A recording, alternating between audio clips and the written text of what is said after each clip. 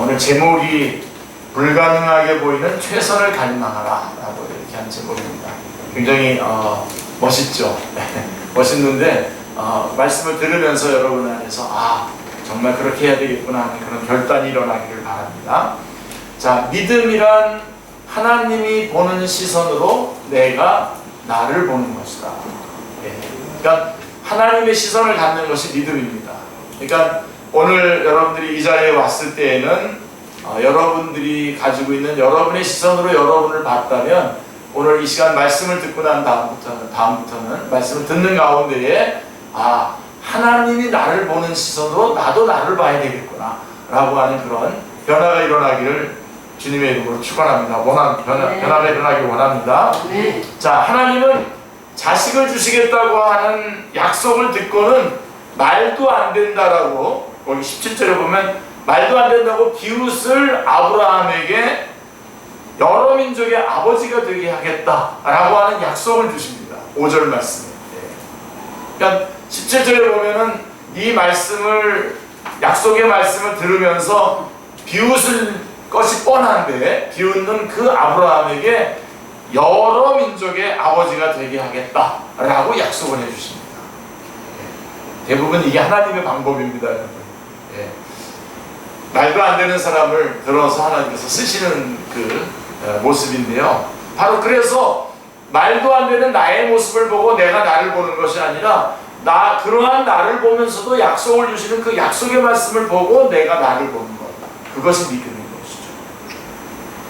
자, 오늘 말씀을 통해서 하나님께서 우리에게 얼마나 큰 기대와 소망을 갖고 계신가를 알고 하나님께 더욱 큰 감사와 찬양을 올려드릴 수 있기를 기도합니다. 자, 하나님의 크신 소원을 가슴에 품고 우리가 하나님 앞에서 행하며 완전에 이를 때까지 분투할 수 있기를 기도합니다. 자, 1절 말씀을 보세요.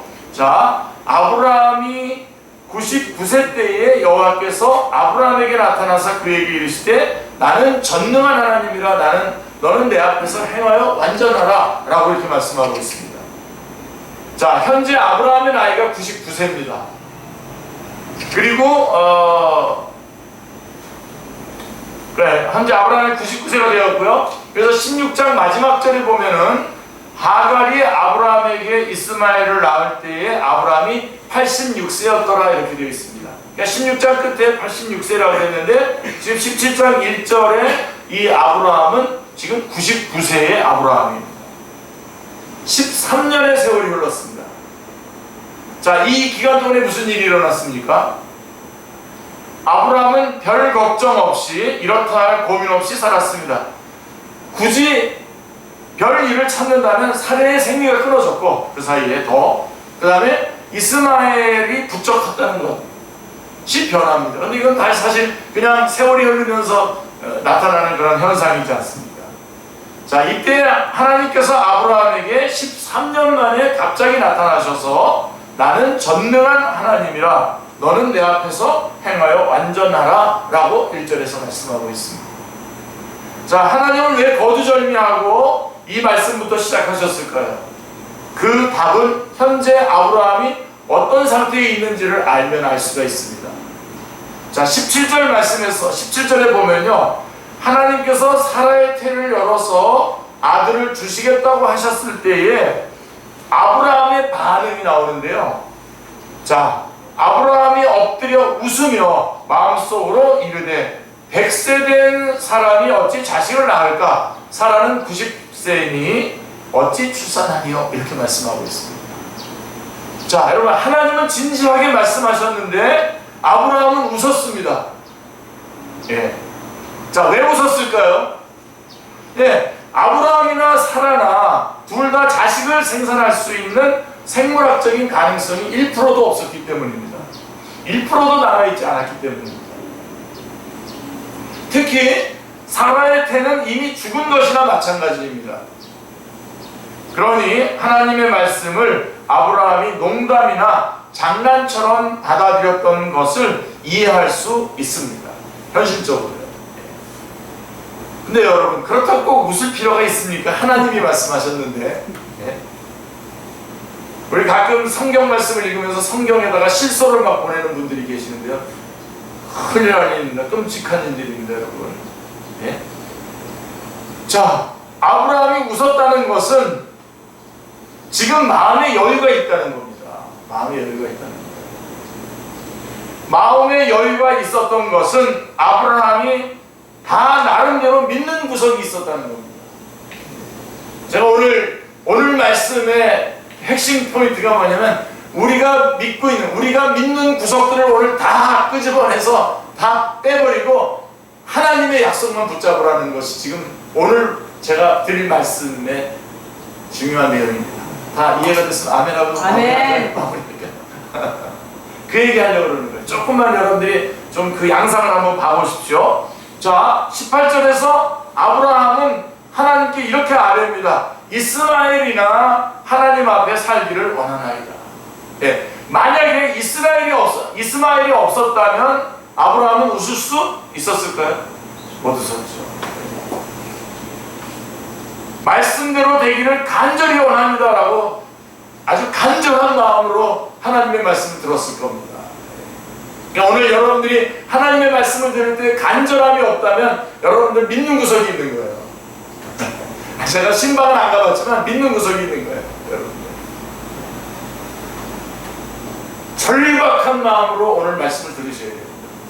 그리고 이 하나님의 말씀만이 생명이고 올바른 길이고 바로 그 길, 주님께서 우리에게 제시한 바로 그 길이라고 하는 것을 절박한 마음으로, 간절한 마음으로, 갈망하는 마음으로 붙잡아야 됩니다. 아멘.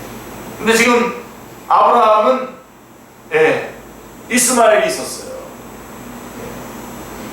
우리가 볼 때에는 이거 아브라함에게서 이삭으로 이렇게 이어져야 되는데 이게 이스마엘이 나와서 이게 뭐야 그렇지만 아브라함의 입장에서는 뭐 나 자식 있어서 나의 후계자도 있고 이제 뭐 넘겨주고 좀 있으면 나 쉬고 싶은데 뭐 쉬면 되지, 그런 여유로운 마음이 있었다면, 자, 이런 식으로 아들 문제를 어느 정도 해결했기 때문에 아브라함은 크게 아쉬울 것이 없었습니다. 아브라함은 불가능해 보이는 최선을 갈망하기보다는 가능한 차선에 만족하며 살아가고 있었습니다. 그러면 여러분, 이러한 아브라함의 모습을 보고 하나님도 만족하셨을까요? 네? 자, 아브라함은 지금 자기에게 가능한 차선을 붙잡고 그냥 살아가는 거예요. 하나님의 약속하신 그 최선은 포기한 채로 그냥 가능한 차선을 붙잡고 그냥 그럭저럭 살아가고 있는 이 모습을 볼 때에 하나님도 만족하셨을까요? 이 아브라함을 보고?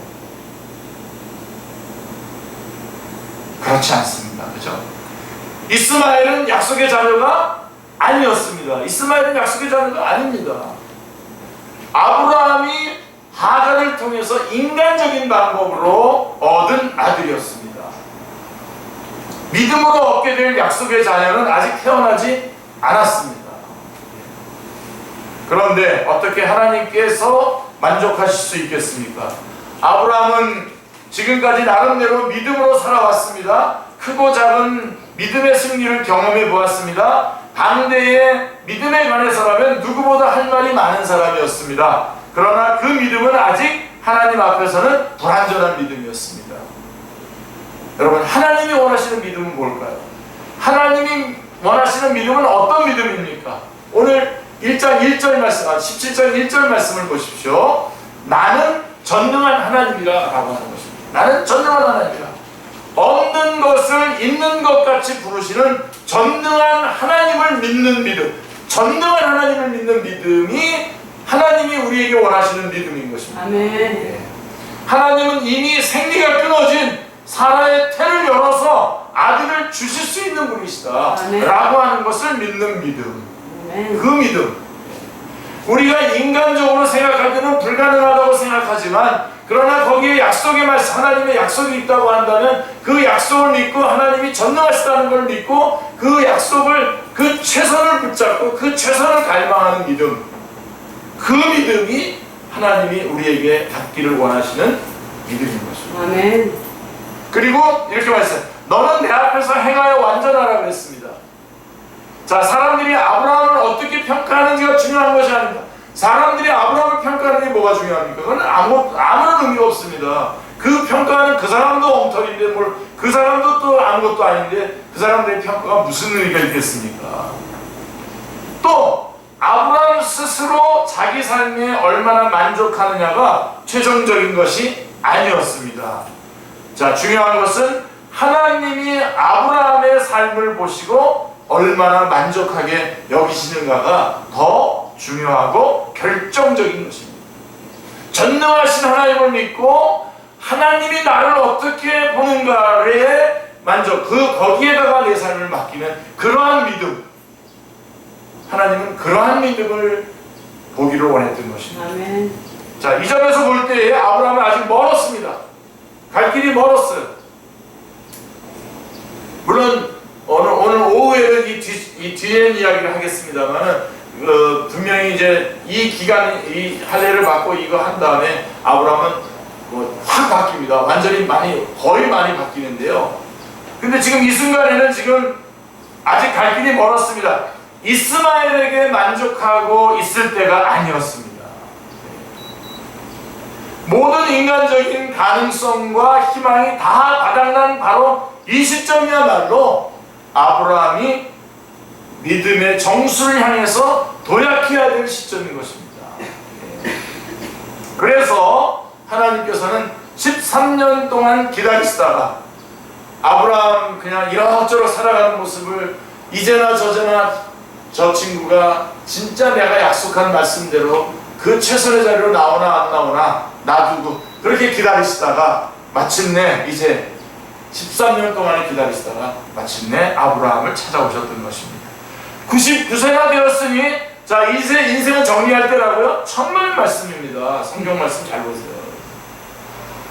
이제부터가 아브라함이 제2의 인생을 시작할 때인 것입니다. 창세기 15장 말씀은 아브라함이 깊은 절망과 침체에 빠졌을 때에 하나님이 찾아오신 사건을 다루고 있습니다. 15장은 침체 때에 찾아오셨는데요.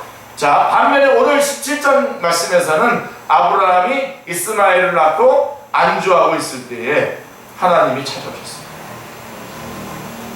자, 여러분, 사람이 어떤 문제를 아픔 가운데 있을 때가 위기일까요? 어떤 문제를 아픔 가운데 있을 때가 위기일까요? 아니면 별 문제 없이 안주하고 있을 때가 위기일까요? 예. 인간적으로 생각하면 별 문제 없이 안주하고 있는 것이 좋습니다. 그러나 신앙적으로 보면 이런 때가 더 무서운 위기의 때인 것입니다. 안주하는 신앙생활의 모습은 어떤 모습입니까? 가장 큰 특징이 적당주의입니다. 적당주의. 아예 아무것도 안 하는 게 아니에요. 기본적인 것을 합니다. 예배도 드리고 교회에서 다 같이 참여하는 모임에도 참석합니다. 하지만 열심을 다하지 않습니다. 다 그냥 참석해요. 따라다녀요. 그러나 열심히 하진 않아요. 절대 무리하지 않습니다. 결과에 크게 연연하지도 않습니다. 온전히 끝까지 남김없이 투쟁, 결단 이런 단어들은 거북해 합니다. 그래서 좋아하는 단어가 대충, 무난하게, 부담스럽지 않게 이게 좋아하는 단어입니다. 그런데요, 여러분, 처음부터 안주하려고 하는 게 아닙니다. 처음부터 안주하려고 하는 사람은 거의 없습니다. 처음부터 안주하는 사람은 없습니다. 안주하는 신앙생활을 하려는 사람은 이에 앞서서 큰 절망과 좌절을 겪은 사람인 경우가 많습니다. 큰 꿈을 꾸고 원대한 비전을 붙들었던 과거가 있었습니다. 하지만 깨어지고 넘어지고 엎어진 아픔도 겪었습니다. 더 이상 이런 고통을 겪고 싶지 않아서 주어진 현실에 만족하며 살아가기로 결심하게 됩니다. 그렇기 때문에 창세기 15장에 위기의 순간에 나타나신 하나님, 그 다음에 창세기 17장에 이렇게 편안하게 안주하고 있는 상황에 나타나신 하나님, 그러니까 15장의 아브라함과 17장의 아브라함은 사실 동전의 앞뒷면과 같습니다. 뭔가 열정적으로 뭔가를 하려고 했었는데 어느 날 좌절됐어요. 그래서 지금 어느 정도 차선을 선택하고선 그냥 안주하면서 살아가고 있는 것이죠. 동전의 앞뒷 면과 같습니다. 저도요, 목회자로 부름을 받았을 때에 큰 꿈과 비전을 갖고 있었습니다. 네. 지금도 사실 있습니다만, 어린 전도사 시절에 100년에 한 번 나올까 말까 한 목사가 되겠다고 결심했습니다. 사실 이렇게 말씀해 주신 분이 있어요, 저한테. 네. 저희 선교회 저희 선생님께서, 야, 로마서 강의 제가 설교하는 걸 듣고서는 한번 들으시고 난 다음에, 당신은 하여간 100년에 한 번 나오는 목사가 같은 애 될 거네, 그러면서 위로해 주세요. 근데 사실은 사실과 다르게 격려해 주신 거예요. 근데 저는 그 말씀을 그냥 받았어요. 제가 받고 내가 그런 말씀이 되겠다 그랬는데, 여러분, 우리는 한때에 믿음으로 과감하게 도전하고 젊음과 열정을 불태웠습니다. 하지만 이내 현실의 벽에 부딪혀서 좌절과 실패를 경험합니다.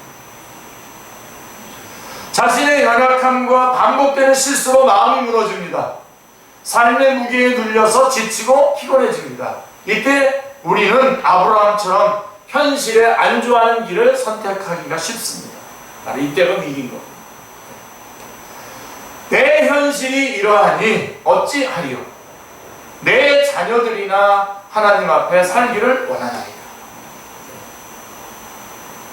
여러분, 자기도 아직 살 날이 많고 아직도 해야 되는데 내 신앙을 주님 앞에 그 주님이 약속하신 그 최선을 붙잡으려고 하는 갈망을 하는 게 아니라, 나는 끝났고 우리 아들이나 우리 아들들이나 잘 믿게 해야지. 그래서 자기는 그냥 빈둥빈둥거려요. 그리고 그런 그 자녀들이 빈둥빈둥거리지 최선을 향해서 달려가겠습니까?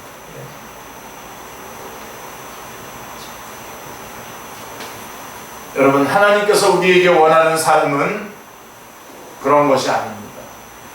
적당히 차선을 붙잡고 그냥 안주하면서 살아가는 것을 우리 주님은 원하지 않으십니다. 그것이 불가능해 보일지라도 주님께서 약속하신 그 최선을 향해서 갈망하는 마음으로 전능하신 하나님을 믿고 내가 할 수 있는 모든 열정을 다 들여서 살아가는 것을 주님께서는 원하고 계시는 것입니다. 하나님은 이렇게 말씀하셨습니다. 17장 1절에서 나는 전능한 하나님이라 너는 내 앞에서 행하여 완전하라고 말씀하고 있습니다. 여러분, C.T. 스터튼은 이렇게 말씀하고 있습니다. 우리는 열정적이 될 필요가 있다. 그리고 우리의 열정은 해가 갈수록 증가되어야 한다라고 말씀하고 있습니다. 이 C.T. 스터튼은 학생 복음운동의 조상으로서 유명한 영국의 케임브리지 7 중에 한 사람으로서 졸업 후 46년 동안 인도 선교를 하고 중국 인도 선교를 하고 중앙아프리카를 개척한 선교사입니다. 그는 식인종들도 선교사를 원한다 라고 하는 기사의 제목을 보고 충격을 받았습니다. 이런 기사죠. 수십만의 중앙아프리카 사람들이 복음을 들어본 일도 없이 죽어가고 있다. 상인, 무역상들이 황금을 찾으러 몰려들고 있지만 그리스도를 전하러 간 사람은 아무도 없다라고 하는 이런 기사를 보고 난 다음에 그는 이 기사는 그를 침통한 심정에 빠뜨렸습니다. 왜 아무 그리스도인도 가지 않을까? 그러다가 그는 하나님께 이렇게 답하시는 음성을 들었습니다. 왜 너는 가지 않느냐? 왜 너는 가지 않느냐? 하나님, 의사가 저를 허락하지 않습니다. 하나님께서 말씀하십니다. 내가 의사가 아니냐? 내가 너를 거기에서 안전하게 지켜줄 수 없겠느냐? 스터드는 마침내 아프리카로 가기로 결정을 내렸습니다. 그때 나이가 50입니다. 그는 병약하여 의사로부터 그가 아프리카로 가면 반드시 죽을 것이라고 경고를 받았고 재정적인 뒷받침도 없었습니다. 그리고 게다가 아내 브리스길라도 심장쇠약으로 병중에 있었기 때문에 강력히 반대했습니다. 그러나 C.T. 스터드는 결심했습니다. 이렇게 결심했어요. 황금을 찾기 위해서 도박하는 불신자들도 있는데 나는 하나님을 위해서 도박을 하겠다 라고 결단을 하고 아프리카로 떠납니다. C.T. 스터드는 열정적이고 쉴 사이 없이 일하는 선교사였습니다. 우리는 하나님께 대해서 열정적이어야 된다. 그리고 해가 지나갈수록 더욱더 열정적이어야 된다 라고 말씀하고 있는 것입니다. 하나님은 우리의 연약함과 부족함을 잘 아십니다. 모를 것 같습니까? 우리가 몸 아픈 거, 우리가 피곤하면 졸려온 거 이런 거 모르실 것 같습니까? 우리가 오랫동안 가지고 있는 어떤 병들을 우리 주님 모르실 것 같습니까? 우리의 연약함을 모르실 것 같습니까? 다 알고 계십니다. 다 알고 계십니다. 하지만 하나님은 우리를 사랑하시기 때문에 하나님께서 우리에게 요구하신 그 기준을 한 번도 낮추신 적이 없습니다. 이 기준을 낮추신 것이 아니라 우리를 높이시는 겁니다. 우리의 믿음을 상승시키시는 겁니다. 아멘. 우리를 믿음을 상승시키는 자리에 끼어드셔야지 기준을 낮춰달라고 그런 말을 해주는 교회나 그런 말을 하는 그런 싸구려 메시지 들으면서 좋아할 게 아닙니다. 오늘 여러분들의 삶을 너무나 안주하고 있는 우리의 모습을 봅니다.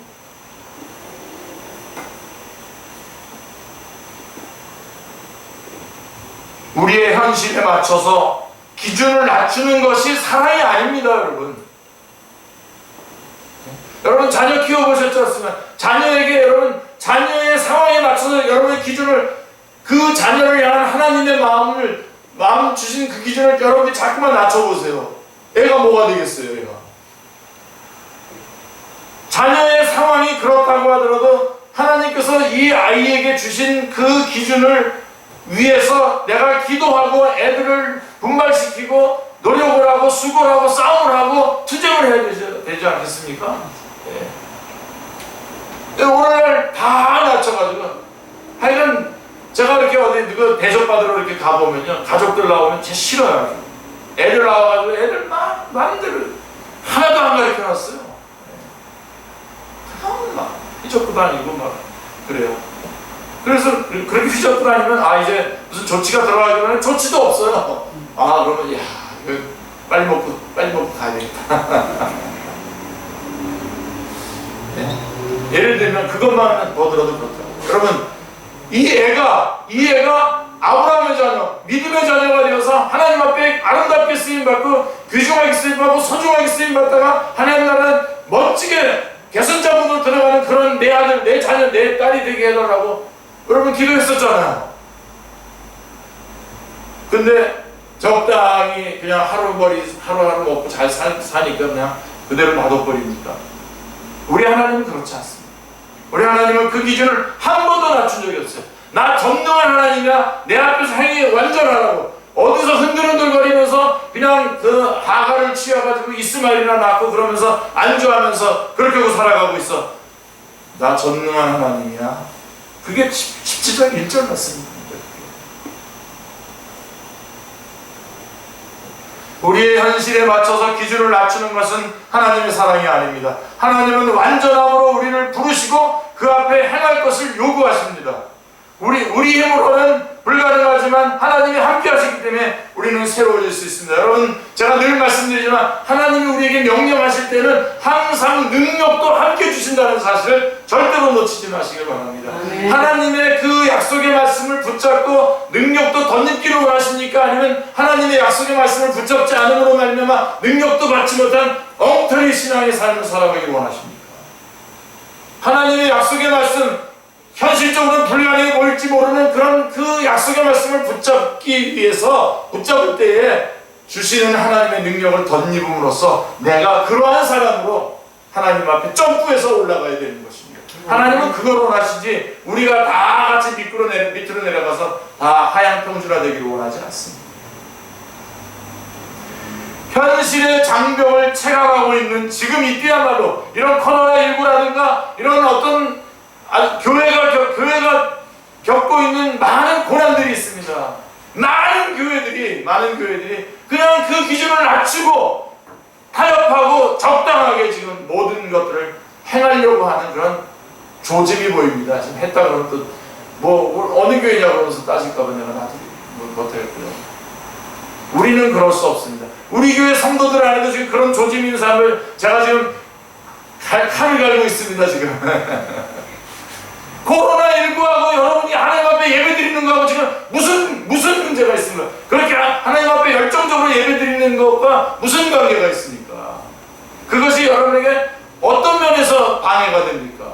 그래서 여러분들을 마음 편하게 안주하게 만들 수 있는 근거가 됩니까? 저는 원래부터는 손 열심히 씻었어요. 저 은행원이었었기 때문에 맨날 손 씻었어요. 네? 그거 그대로 하고 있는 거 아닙니까? 보세요. 이 나라에서 행사하는 것들 봐보세요. 지교회 교회처럼 우르르 몰려가서 뭐 이번에도 무슨 어디 뭐 추도회가 가서 보니까 다들 뭐 새까맣게 같이 막 떼지어서 있더구만요. 네? 장난하는 것도 아니고요. 우리 교회가 왜 먼저 우린 깨끗하게 하고 있었지 않았습니까? 그리고 제가 이건 좀 외람된 말이었습니다만, 그래서 같이 걸리면 다 같이 걸려가지고 다 같이 죽읍시다. 안 되는 겁니까 그거? 세상에 어떤 교회에 한 사람이 그렇게 감염이 됐는데 다른 사람이 안 감염된 교회가 어떻게 그 은혜로운 교회입니까? 뒤집어서 여러분 지금 다들 놀라가지고 어쩔 줄 모르고 있는데, 솔직히 그래서 옛날에 전염병이 돌았을 때에도요, 여러분 믿음으로 이거 다 했어요. 성찬식 이거 다 하고요. 소주가 아니면 뭐예요? 하도 소주 먹는 사람하고 많이 있었어가지고 포도주 먹고 그래도 주님께서 안 지켜주셨습니다. 아멘. 그러자는 게 아니에요. 지금 제가 여러분들이 그렇게 받아들이지 않을 사람이기 때문에 이런 얘기까지 제가 하는 거예요. 그래서 우리가 더욱더 이거는 1시간 더, 한 30분 더 먼저 나와가지고 교회도 다 청소하고 나도 좀 더 위생적으로 하고 딴 사람을 위해서 준비하고 그래가지고 한 번 더 무릎 한 번 더 꿇고, 이게 분명히 하나님께서 우리에게 주시는 경고이기 때문에 무릎 한 번 더 꿇고 하나님 앞에 나가는 그런 싸움이 있어야 되는 거 아니겠습니까? 뭐 이걸 근거로 해가지고 말이에요, 교회에 이렇게 출석하는 거 이런 것들을 띄엄띄엄 하고, 예배 순서에 나와 있는데도 안 나와요. 예배 담당 순서가 나와 있는데도 안 나와요. 너무나 좀 약간 이렇게 율법적으로 그렇게 내려갔습니다만은, 제가 말씀드리려면 이 현실의 장벽을 체감하고 있는 지금 이때야말로, 오늘날이야말로 우리가 전능하신 하나님을 믿는 온전한 믿음을 배울 수 있는 최적의 때인 겁니다. 사실 하나님께서 이 땅의 주도권을 기독교인들에게, 그리스도인들에게 준 겁니다. 지금 이거 남들은 다 이것 때문에 넘어지고 쓰러지더라도 우리는 변함없이 하나님께 대한 열정을 더 뜨겁게 하면서 이 땅에서는 더 모범적으로 살아가는 그러한 모습을 보여내므로 말미암아 우리 그리스도인이 보여주는 그리스도상 이상의 그 그리스도라는 그리스도 없는 사람들로 하여금 우리의 이러한 모습을 보면서 주님 앞으로 돌아올 수 있는 최적의 기회를 하나님께서 우리에게 주신 겁니다.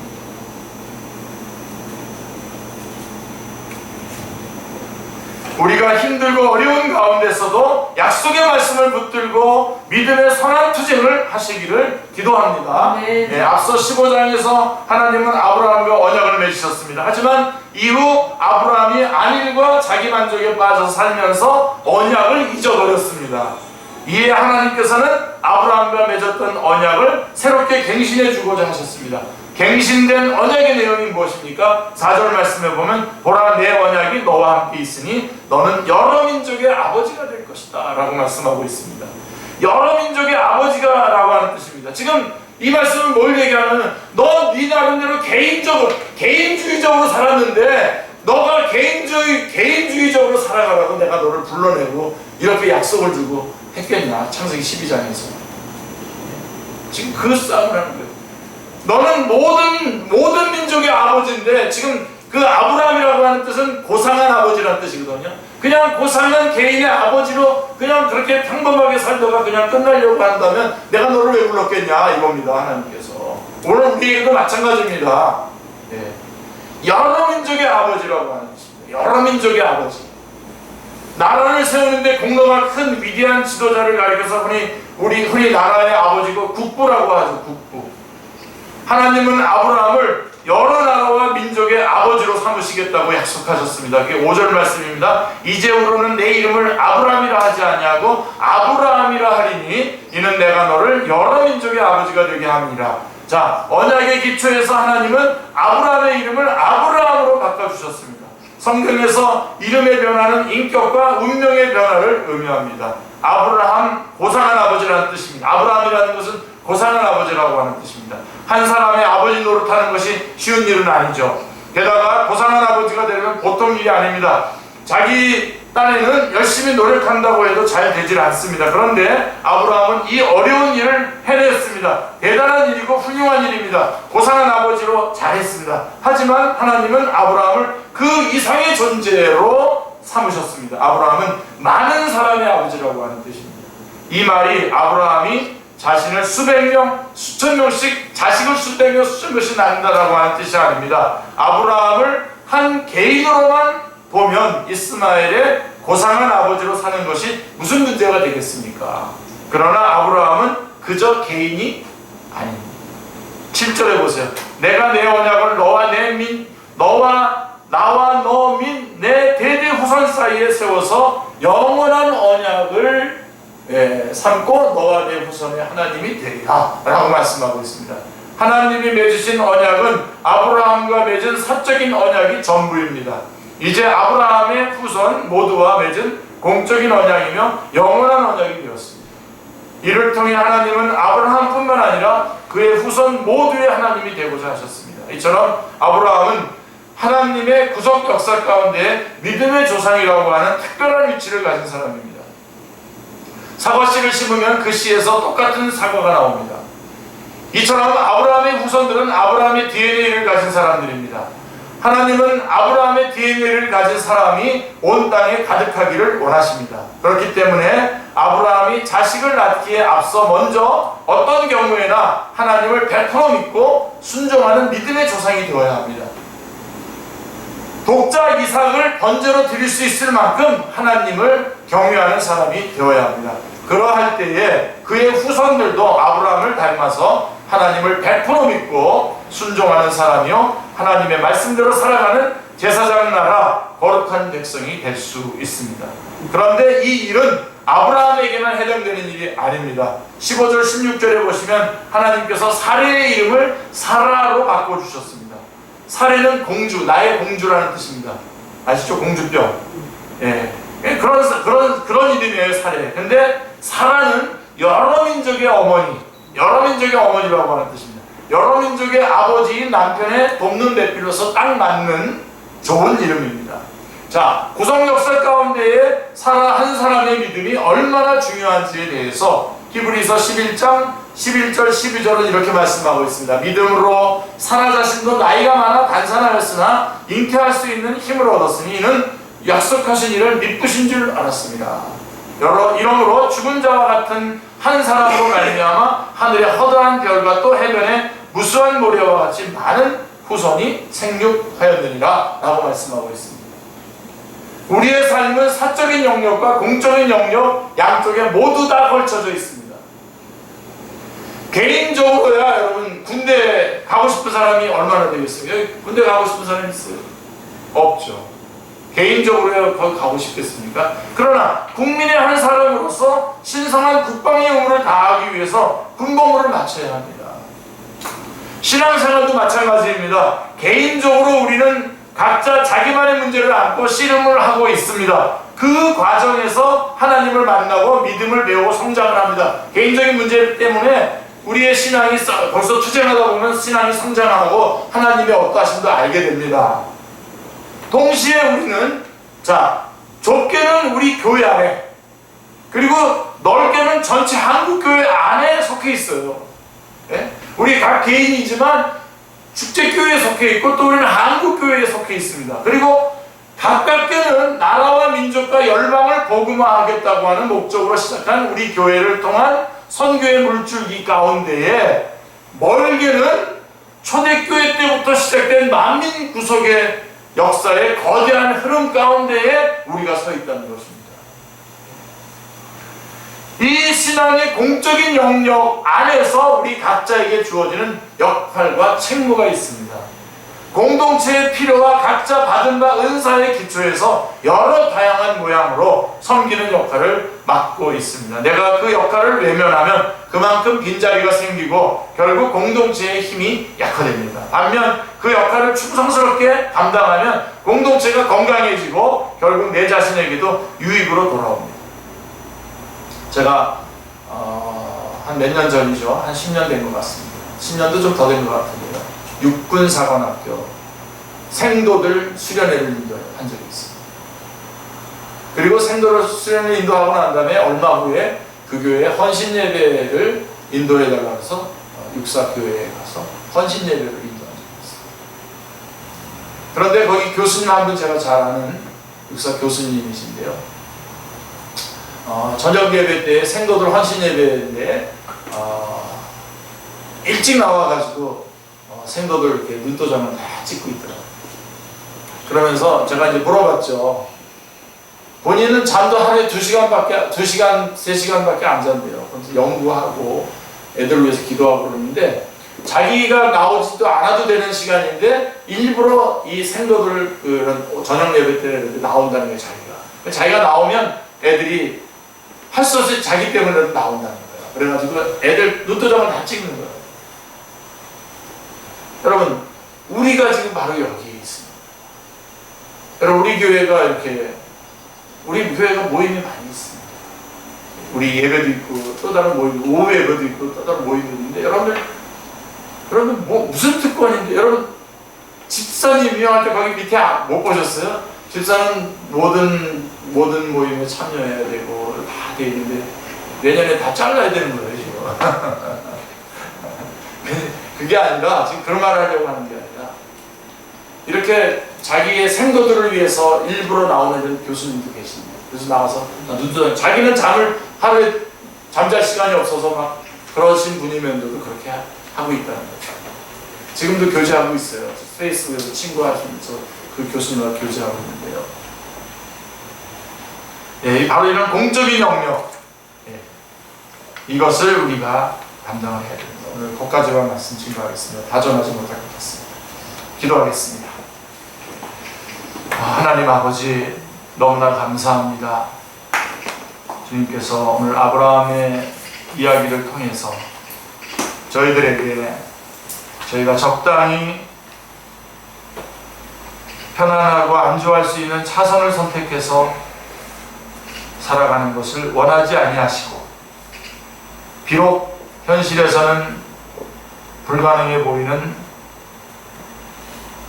말씀이라고 할지라도 주께서 약속하신 말씀이기에 그 말씀을 의지하고 그 말씀을 갈망하는 최선을 선택하는 삶을 주께서 살아가기를 원하신다고 하는 귀중한 말씀을 저희가 들었습니다.